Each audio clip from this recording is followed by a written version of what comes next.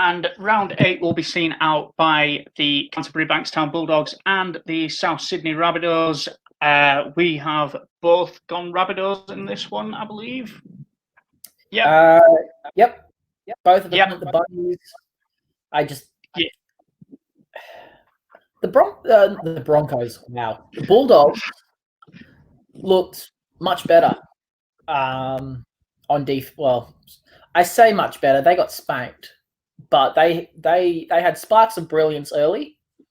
They had a very good start, and then, well, we know what happened for the rest. Dean Pay is now officially on under the microscope with Eddie Jones linked to the Bulldogs job. So that doesn't help the cause, I think, of the Dogs. They also had a couple that went down with injury during the game. Jake Avarillo went off. Will Hopewadi, Karen Holland just didn't really make an impact. Those three are out with Tenny Zalesniak to fullback, Smith and Montoya, Meaney and Crichton onto the wings. And then James Roberts comes in for Braden Burns for South Sydney. To me, it's the easiest game of the round to pick. Barring an absolute, self-destruction of the Rabbitohs on the field come Sunday night, Walker and Reynolds are just going to have their way with the Bulldogs. Latrell could have as bad of a game as he did last week, and I still have the Rabbitohs going 13+. Their forward pack's just too strong. Campbell Graham's been fantastic. Alex Johnston has been a star on the wing since moving there. And, it's just been a bad season. It's going to get worse for the Dogs. I am saying that the Bunnies are going 13+. Alex Johnston, Cody Walker, anytime try scorers. Yeah. So I look at the Bulldogs, and the Bulldogs in their 21, Luke Thompson now could potentially be set to Kerrod Holland's on the bench at 14. Kerrod Holland offers nothing off the bench. You play him in the centre or you don't play him at all. So I can see potentially Kerrod Holland losing his spot, or even Britt, to Luke Thompson, and him coming in. How much of a lift will that give them, especially with such a... I think this is like their 30th potential different backline combination. I mean, with Tenny Zalesniak fullback, now you've lost Hopewadi. Marcelo Montoya comes in. Meaney's back on the wing. You've still got Wakeham at 7.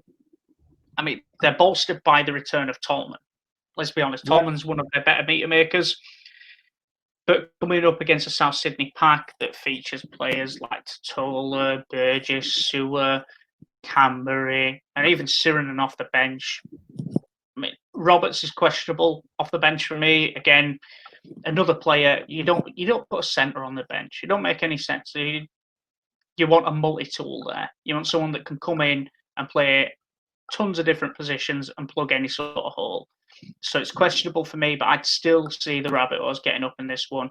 And I could see it being a decent scoreline as well. I'd say that there's probably 36 points in this game.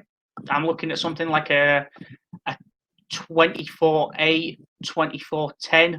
So I'd say you take South on a -10 at very least, and you go for 34 points plus on that one. That would be my back.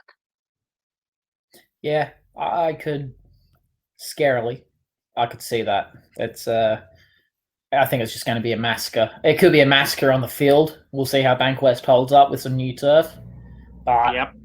It's just going to be a massacre. South Sydney are just going to absolutely destroy these Dogs. Yeah. So I think that's going to wrap it up there then. Thank you for joining us for another round preview. We hope that our tips can hopefully bring you some money. And if it does, send us it, please. We are in desperate need. So thank you for joining us once again. Drop a like, drop a subscribe. Let us know your thoughts. Let us know your tips as well. And we will see you for the round review to see how our tips got on. We'll see you then. Bye. Right. There we go.